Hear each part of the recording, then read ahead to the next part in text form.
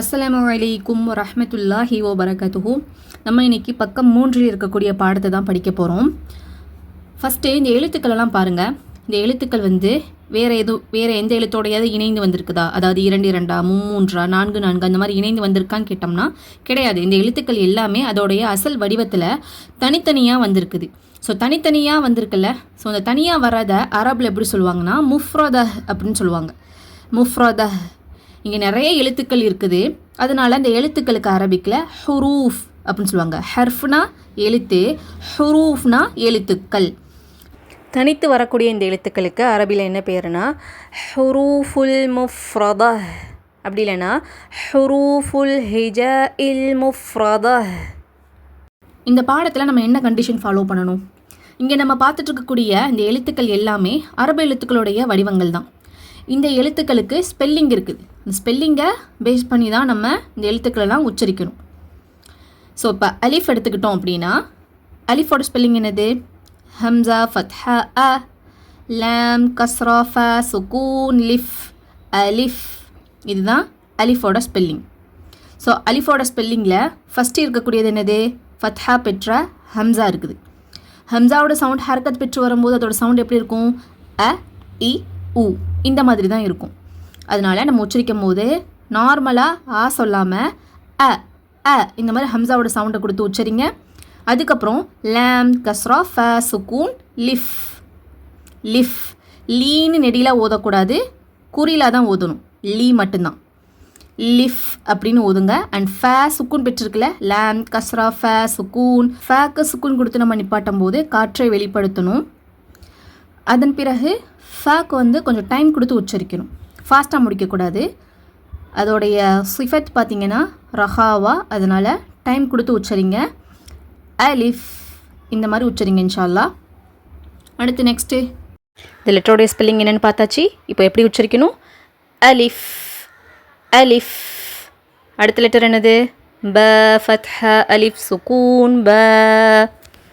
உச்சரிக்கும் போது என்ன தவறு செய்யக்கூடாதுன்னா ப இந்த மாதிரி சாட்சி ஓதக்கூடாது, பா இந்த மாதிரி வல்லினமாக ஓதக்கூடாது. அப்போ எப்படி ஓதணும்?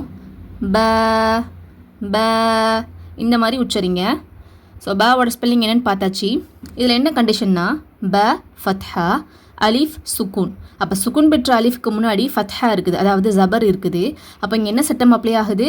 அலிஃப் மத்தியா. அலிஃப் மத்தியானா என்னது? சுக்கூன் பெற்ற அலிஃப்க்கு முன்னாடி ஃபத்ஹா இருந்தால் அதை நம்ம அலிஃப் மத்தியான்னு சொல்லுவோம். 2 ஹரக்கத்து நீட்டி ஓதணும். அதனால் இங்கே இந்த லெட்டரை எப்படி நம்ம ஓதணும்? 2 ஹரக்கத்து நீட்டி ப இந்த மாதிரி உச்சரிங்க இன்ஷா அல்லாஹ். ஸோ உச்சரிக்கலாம் இப்போது. ப ப ப உதட்டிலிருந்து வரக்கூடிய எழுத்து. மேல் உதடும் கீழ் உதடும் ஒன்றுக்கொன்று இணையும். இந்த லெட்டரோடைய ஸ்பெல்லிங் நம்ம ஆல்ரெடி பார்த்துட்டோம். என்னது இது? அலிஃப். ப அலிஃப், அலிஃப், ப அலிஃப், ப ப. இந்த லெட்டரோட ஸ்பெல்லிங் ப போல தான். த ஃபத்ஹா அலிஃப் சுகூன் த. இதையுமே 2 ஹரக்கத்து நீட்டி தான் ஓதணும். ஏன்னு கேட்டோம்னா சுக்கூன் பெற்ற அலிஃப்க்கு முன்னாடி ஃபத்ஹா இருக்குது, அதனால் இதையுமே 2 ஹரக்கத்து நீட்டி ஓதுங்க. த கரெக்டாக அதோடைய மஹ்ரஜ், அதாவது அந்த எழுத்து வெளியேறக்கூடிய அந்த இடத்துல கரெக்டாக வச்சு உச்சரிங்க. நுனிநாக்கு மேற்பற்களுடைய வேறு பகுதி தொடர்னால இந்த த உச்சரிக்கப்படும். ஸோ இப்போ உச்சரிக்கலாம். த அலிஃப், த த ப ப த த. இந்த மாதிரி ஷேப் இருக்கா? போட் மாதிரி கொடுத்துருக்காங்கல்ல, இந்த ஷேப்புக்கு கீழே புள்ளி வந்தால் அது ப, மேலே 2 புள்ளி வந்துச்சுன்னா அது த, மேலே 3 புள்ளி வந்ததுன்னா அது ஃப. ஸோ இந்த லெட்டரை எப்படி உச்சரிக்கணும்? இந்த லெட்டருக்கும் ப த எப்படி நம்ம 2 ஹரக்கத் நீட்டி ஓதுனோமோ அதே மாதிரி தான் ச ஃபத்ஹா அலிஃப் சுகூன் ச. இதோட ஸ்பெல்லிங்கும் அதே தான், 2 ஹரக்கத் நீட்டி ஓதுங்க. இந்த லெட்டர் எங்கேருந்து பிறக்குதுன்னா நம்மளுடைய நுனிநாக்கு மேல் வெட்டுப்பற்களுடைய கீழ் ஓரங்களை தொடுறனால இந்த எழுத்து பிறக்கும். அதனால் கரெக்டாக உச்சரிங்க. ச ச ப ச த ச அலிஃப் ச ப த ச த அலிஃப். ச. அடுத்த லெட்டர் என்னது? ஜீம். இந்த லெட்டரோட ஸ்பெல்லிங் என்னென்னா ஜீம் கஸ்ரா யா சுக்கூன் ஜீம் கஸ்ரா யா சுக்கூன். இங்கே என்ன ரூல் இருக்குது? சுக்குன் பெற்ற யாக்கு முன்னாடி கஸ்ரா அதாவது ஜேர் இருக்குது. அப்போ இது என்னது? யா மத்தியா. அதனால் 2 ஹரக்கத்து நீட்டி ஓதணும். சுக்குன் பெற்ற அலிஃப்க்கு முன்னாடி ஃபத்ஹா இருந்ததுன்னா அது அலிஃப் மத்தியா. 2 ஹரக்கத்து நீட்டி ஓதுற மாதிரி சுக்குன் பெற்ற யாக்கு முன்னாடி ஜேர் அதாவது கஸ்ரா இருந்ததுன்னா அதை யா மத்தியான்னு சொல்லுவோம். 2 ஹரக்கத்து நீட்டி ஓதணும். அதனால் ஜீன்னு 2 ஹரக்கத்து நீட்டி ஓதுங்க. அண்ட் கடைசியில் மீம் இருக்கும். மீமுக்கும் நம்ம சுக்குன் கொடுத்து நிப்பாட்டுவோம். மீம் வந்து நம்மளோட 2 உதடுகள் ஒன்றோடு ஒன்று இணைவதால் உச்சரிக்கப்படும். பேக் வந்து மேல் உதட்டு கீழ் உதட்டுடைய லேசான அந்த ஈரப்பகுதியை தொடர்னால உச்சரிக்கப்படும். கொஞ்சம் அழுத்தம் அதிகமாக இருக்கும் பேக். ஆனால் மீம்க்கு நம்ம உதட்டுடைய வெளிப்புறம் தான் இணையும். பேக் மாதிரி அழுத்தம் கொடுக்க வேண்டிய அவசியம் இல்லை. ஈஸியாகவே மீம் உச்சரிக்கப்படும். அப்போ என்ன பண்ணுங்கள், நீங்கள் 2 ஹரக்கத்து நீட்டி ஜீம் இந்த மாதிரி உச்சரிங்க. ஜீம் உச்சரிக்கும் போது சீம் இந்த காற்று வெளியேறக்கூடாது. ஜீமுடைய மஹ்ரஜ் எதுன்னு பார்த்தோம்னா நம்மளுடைய நடுநாக்கு, அதுக்கு ஆப்போசிட்டாக இருக்கக்கூடிய அந்த மேலெண்ணம் இருக்குல்ல, அந்த மேலெண்ணத்தோடைய நடுப்பகுதியை போய் தொடும்.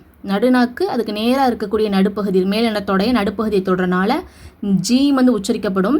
அது ஒட்டும் போது இடையில வந்து கேப் இருக்காது. நாக்கு போய் நல்லா அந்த மேலெண்ணத்தோட ஒட்டிடும். கேப் இருக்காது. கேப் இல்லாதனால நம்மளுக்கு ஜீம் சொல்லும் போது காற்று வெளியேறாது. ஒருவேளை உங்களுக்கு காற்று வெளியேறிச்சு உச்சரிக்கும் போது அப்படின்னா நீங்கள் வந்து அங்கே கேப்பை உருவாக்குறீங்க. அதுதான் ரீசன். கேப்பை உருவாக்குறனால அது வழியாக உங்களுக்கு காற்று வெளியேறி ஜீம் சீம் இந்த மாதிரி காற்று வெளியேறுது. ஸோ அங்கே மிஸ்டேக் பண்ணி ஓதுறீங்கிறத நீங்கள் கண்டுபிடிச்சிக்கலாம். ஸோ இப்போ நம்ம உச்சரிக்கலாம். ஜீம் ஜீம் அலிஃப் ஜீம் த ஜீம் ச ஜீம் ப ஜீம். இந்த வடிவம் வந்து மொத்தம் 3 லெட்டருக்கு வரும். ஒன்று ஜீம், இன்னொன்று ஹேக் வரும், இன்னொன்று காரலாக உச்சரிக்கக்கூடிய ஹாக் வரும். ஜீம்க்கு வந்து இந்த தலைப்பகுதிக்கு கீழே புள்ளி வரும். ஹாக்கு எந்த புள்ளிகளுமே மேலே கீழேன்னு இருக்காது. ஹாக்கு இந்த தலைப்பகுதிக்கு மேலே புள்ளி வரும். ஸோ இந்த மாதிரி புள்ளிகளுடைய வரக்கூடிய இடத்தை பொறுத்து நம்ம அது என்ன லெட்டருங்கிறத முடிவு பண்ணிக்கலாம். தலைப்பகுதிக்கு மேலே வந்துச்சுன்னா அது ஹா, எந்த புள்ளியுமே வரலனா அது ஹா, புள்ளி வந்துச்சு அந்த தலைப்பகுதிக்கு கீழே புள்ளி வந்தால் அது ஜீம். இந்த மாதிரி கண்டுபிடிங்க இன்ஷால்லா. இப்போ இது என்ன லெட்டர்னு பார்க்கலாம். இந்த லெட்டரோட ஸ்பெல்லிங் என்ன? ஹ ஃபத்ஹா அலிஃப் சுக்கூன் ஹ. இந்த லெட்டருக்கும் அலிஃப் மதியாவோட ரூல் தான் அப்ளை ஆகும். 2 ஹரக்கத்து நீட்டி ஓதுங்க. இந்த லெட்டரை உச்சரிக்கும் போது கடினமாக உச்சரிக்காதீங்க, மென்மையாக உச்சரிக்கணும். உச்சரிக்கும் போது காற்று வெளியேறணும். காற்றை வெளிப்படுத்தி உச்சரிக்கக்கூடிய எழுத்து, அதனால் காற்றை வெளிப்படுத்தி இந்த மாதிரி காற்றை வெளிப்படுத்தி உச்சரிங்க. இது வந்து நம்ம தொண்டையுடைய நடுப்பகுதியிலேருந்து வரக்கூடிய எழுத்து. ஐன் எங்கே பிறக்குதோ அங்கேருந்து தான் அந்த ஹேவும் பிறக்கும். இந்த எழுத்தை உச்சரிக்கும் போது மென்மையாக உச்சரிங்க. ஹ ஹ ஜீம் ஹ ச ச ஹ ஜீம் ஹ ஜீம். இது என்ன லெட்டர்? தலைப்பகுதிக்கு மேலே புள்ளி வந்திருக்கு. அப்போ இது என்ன லெட்டர்? ஹா. இந்த லெட்டரை இந்த ஹாவை உச்சரிக்கும் போது காரலாக உச்சரிக்கணும். இந்த ஹாவை உச்சரிக்கும் போது மென்மையாக காற்றை வெளிப்படுத்தி உச்சரிக்கணும். இந்த லெட்டர் நம்ம தொண்டையுடைய ஆரம்ப பகுதியிலேருந்து வரும். ஆரம்ப பகுதினா அந்த சின்ன நாக்கு தொங்கும்ல, அங்கேருந்து இந்த ஹா வந்து உச்சரிக்கப்படும். உச்சரிக்கும் போது அந்த காரல் சவுண்டை அதிகமாக கொடுக்கக்கூடாது. காரல் சவுண்டை அதிகமாக கொடுத்தோம் அப்படின்னா இதோடைய அந்த மஹ்ரஜ் வந்து தப்பு. காரல் சவுண்டை வந்து கம்மியாக கொடுத்து உச்சரிங்க. அதுக்காக ரொம்ப கம்மியாக வேணாம், கரெக்டான அளவில் கொடுத்து உச்சரிங்க.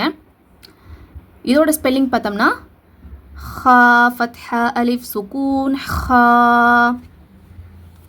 இது வந்து ஒரு வல்லின எழுத்து. உச்சரிக்கும் போது வல்லினத்தன்மையோடு உச்சரிக்கணும். வல்லினத்தன்மையோடு எப்படி உச்சரிக்கிறது? நம்ம நாவோடைய லாஸ்ட் பகுதியை மேல் முரசு நோக்கி உயர்த்தணும்.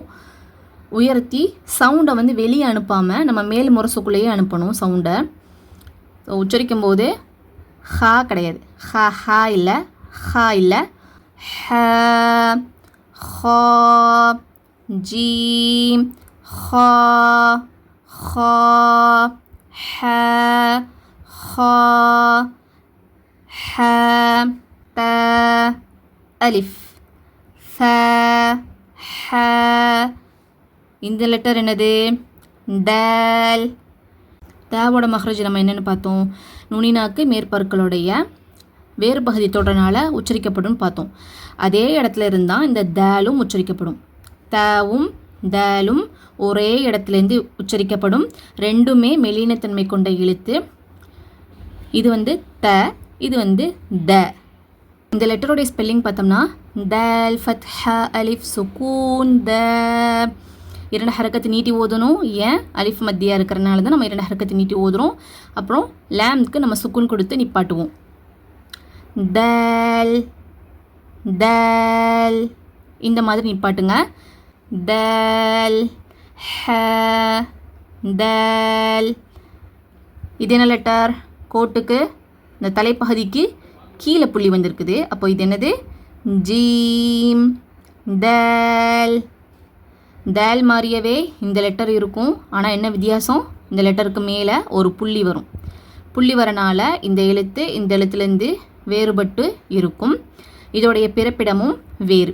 இந்த எழுத்து எங்கேருந்து பிறக்கும்னா, நம்ம எப்படி தாலும் தாவும் ஒரே இடத்துலேருந்து பிறக்குதுன்னு பார்த்தோமோ அதே மாதிரி இந்த தாலும் இந்த சாவும் ஒரே இடத்துலேருந்து பிறக்கும். நுனிநாக்கு மேற்பற்களுடைய கீழ் ஓரங்களை தொடுறனால இந்த எழுத்து உச்சரிக்கப்படும். இந்த எழுத்தை உச்சரிக்கும் போது நம்ம நாக்கில் ஒரு வைப்ரேஷன் தெரியும். ஆனால் சேக் அந்த மாதிரி இருக்காது. இதை உச்சரிக்கும் போது காற்று வெளிப்படும். ஆனால் இந்த வேலை உச்சரிக்கும் போது நாக்கில் ஒரு வைப்ரேஷன் தெரியும். வேல் வேல் இந்த மாதிரி ஒரு வைப்ரேஷன் தெரியும். வேல் வேல் டேல் வேல் ப வேல் ஹா வேல் ரா. இது என்ன லெட்டர்? ரா. இங்கே ராவோட ஸ்பெல்லிங் பார்த்தோம்னா ரா ஃபத்ஹ அலிஃப் சுக்கூன் ரா. ராவை வந்து உச்சரிக்கிறதுல ஒரு கண்டிஷன் இருக்குது. எப்படின்னா, இப்போது அரபு எழுத்துக்களை வந்து வல்லின எழுத்துக்கள் மெல்லின எழுத்துக்கள்னு பிரிச்சிருப்பாங்க. அந்த எழுத்து வந்து கடைசியாக வல்லின எழுத்தாக தான் இருக்கும். வல்லினத்தன்மை கொண்ட எழுத்துனா அது கடைசியாக வல்லினத்தன்மையாக தான் இருக்கும். மெல்லினத்தன்மைனா மெல்லினத்தன்மையாக தான் இருக்கும். ஆனால் ராக்கு வந்து அப்படி கிடையாது. இது வந்து இப்போ ராக்கு மேலே ஃபத்ஹாவோ தம்மாவோ வந்துச்சுன்னா, அதாவது ஜபரோ பேஷோ வந்ததுன்னா ரா வந்து வல்லினத்தன்மை கொண்ட எழுத்தாக இருக்கும். ராக்கு கீழே கஸ்ரா அதாவது ஜேர் வந்ததுன்னா நம்ம ராவை மெல்லினமாக உச்சரிக்கணும். இந்த மாதிரி ஹரக்கத்துக்களோட அடிப்படையில் இந்த ராக்கு வல்லினமாக மெல்லினமாங்கிறத நம்ம முடிவு பண்ணி அதுக்கேற்ற மாதிரி நம்ம ஓதணும். ராக்குனே தனியாக சட்டங்கள் இருக்குது. இப்போதைக்கு நம்ம இதை மட்டும் பார்த்துக்கலாம். இப்போ ராவோட ஸ்பெல்லிங் என்னது? ரா ஃபத்ஹ அலிஃப் சுக்கூன் ரா. அப்போ இங்கே ரால என்ன ஹரக்கத் பெறுது? ரா ஃபத்ஹா அதாவது ஜபரை பெறனால இங்கே நம்ம இந்த ராவை வல்லினமாக உச்சரிக்கணும். வல்லினமாக உச்சரிக்கிறதுனா எப்படி? நாவோட லாஸ்ட் பகுதியை மேல் முரசு நோக்கி உயர்த்தி நம்ம சொல்லணும். எப்படி சொல்லக்கூடாது?